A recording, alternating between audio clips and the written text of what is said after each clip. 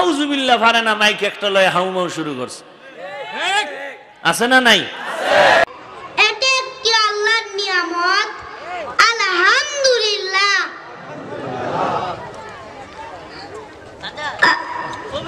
আলহামদুলিল্লাহ।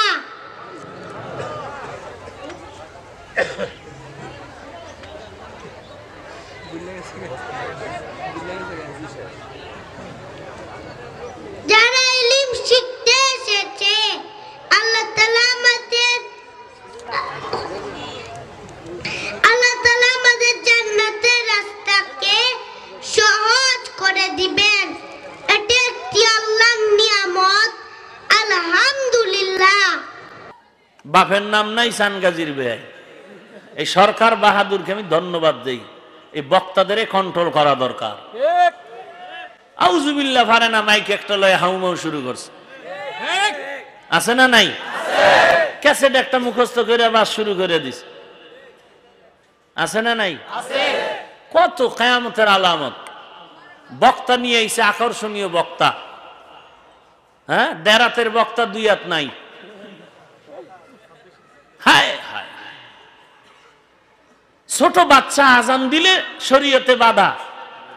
ছোট বাচ্চা, শিশু বাচ্চা আজান দিলে শরীয়তে বাধা।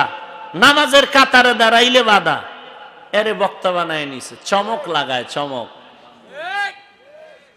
আছে না নাই? হায় হায়, একটা ধরছিলাম একবার বহু আগে, ওই বাপে লয়ে আইছে তো বাপেরে ধরলাম। এই সন্তানের জীবনটা কেন নষ্ট করেন? এখন নষ্টই হয়ে আছে ছেলে। বাপে কয়েক মাস আগে মাদ্রাসায় ছিল, বাসটা তো পুরাই দিলেন। ভালো বাবা হইলেন যে নিজের সন্তানের নিজেই বাস দিলেন। কিছু দিতে হলে আগে অর্জন করতে হয়।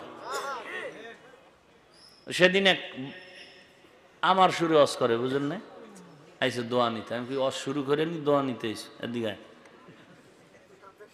আমারে মানো, হ্যাঁ, জীবনে আর রস করবি না। আমি যেদিন অনুমতি দিব সেদিন কি পড়ছো? এই পড়ছি, আর পড়ালেখা লাগবে না। আল্লাহ বান্দাকে কথা বাজেট করে দিছেন, হায়াত বাজেট করে দিছেন, কণ্ঠের পার্স কতদিন সচল থাকবে বাজেট আছে। তুই যদি এখন এটা কন্ট্রোলে রাখো, তাহলে বাজেটটা যতদিন ধরে রাখবি, পরবর্তীতে খরচ করার সুযোগ আছে। তুই এখনই লেখাপড়া অর্ধেকও করলি না, 2-3 সিঁড়িতে ধাক্কা দিয়েই বক্তা হয়ে গেলি। তোর কণ্ঠর উপরে প্রেসার পড়তে পড়তে যখন তোর কণ্ঠ দরকার হবে তখন পাবি না। যখন তোর এলেম দরকার তখন তুই শিখতে পারবি না। এখন তোর শিখার সময়, তুই শিখো না, আফসুস করে কপাল থাবড়াবি, আফসুস করেও আর পাবি না। তোর কল্যাণের জন্য বলছি, লেখাপড়া কর, কণ্ঠকে হেফাজতে রাখ। লেখাপড়া করে আলেম হওয়া, উম্মতের কাছে তখন দিতে থাকবি, লাইন দিয়ে দিতে থাকবি। মানুষ পাগলের মতো দৌড়াবে। এখন ঘুরো কেন? এলেম অর্জন কর। তুই ঘুরবি কেন? খোদায় তোরে ঘুরাবে। তুই টাকা খুঁজো কেন? টাকায় তোরে খুঁজবে। এই যত সব ধান্দা, সব ধান্দা না। এই শিশু বাচ্চাকে নিয়ে বাবাই মাঠে নামছে কেন? হেদায়েতের কথা 13 বার কইলেও তো মিথ্যা কথা। তো ধান্দা, কমিটির ধান্দা। যদি আল্লাহর মোহাব্বত থাকে, ছেলেটারে মানুষ বানাও, আলেম বানাও, কোরআন পড়াও। এরপরে যখন আল্লাহ সুযোগ দিবেন, আল্লাহ তো নবীদেরকেও কিতাব দিছেন একটা সীমানায় নিয়ে। কথা ঠিক না? প্রত্যেকটা জিনিসের একটা সীমাবদ্ধতা থাকা উচিত। মেম্বার হয় না, হে যদি আমি এখন মন্ত্রী হয়ে যাইতেছি কালকে, কথা বুঝেন নাই? আউযুবিল্লাহ ফারে না, হে যদি জুমার খতিব হইতেছি, এ পাগলামি।